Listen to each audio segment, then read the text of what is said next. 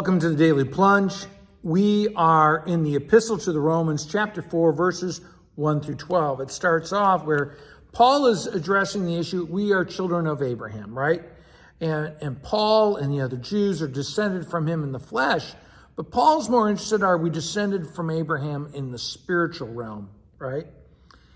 And he basically asks the question, did Abraham have something to boast about before God? Can you boast about your goodness before the Lord? Well, no, because if it wasn't for God, you're just a wretched sinner, and the same with Abraham. In fact, he says he doesn't have anything to boast about before God. What does the scripture say? Now, I want you to really pay attention to that. Paul doesn't say, what does common sense say? What does our tradition say? He goes to the word alone here.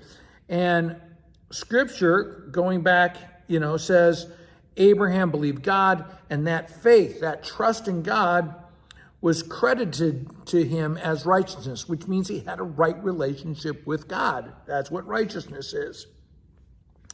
And then he goes on, wages. You pay somebody a paycheck, it's not because you're out of the benevolence of your heart. They earned it. They worked for it. You're obligated to pay it. But if we have grace, you don't earn that.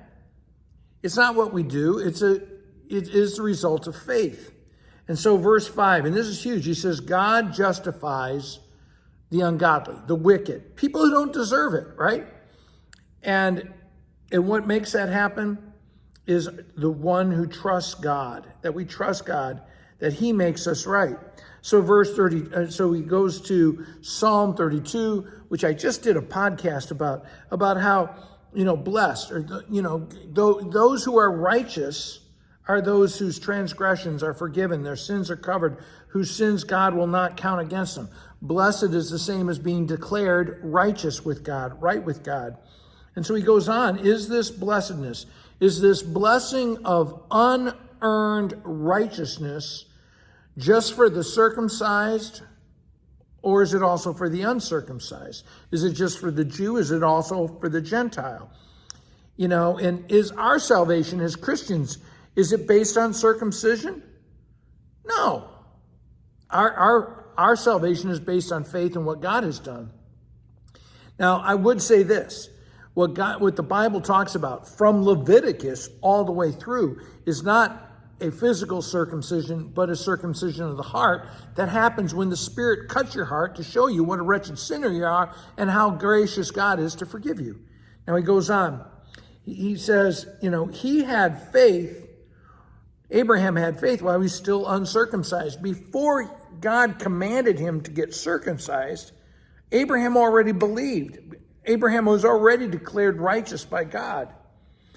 And that the circumcision was a seal, or it was a seal, a stamp, a guarantee of what God had already done.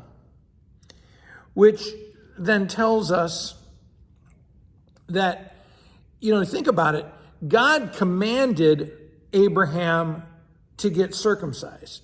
And that was a good thing because God commanded it, and it was a sign of the covenant. And it is a work of the exterior. It is not a work of the heart. And it is not what Abraham did. He followed it. But it is his faith that made him righteous, not the circumcision.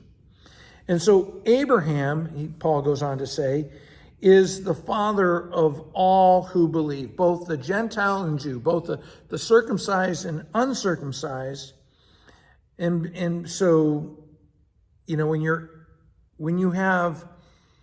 God cuts our heart, he opens us up to receive faith. And so, as he says, so that the uncircumcised may also have righteousness of faith. Well, I think that's enough, friends. Thanks. Have a blessed day.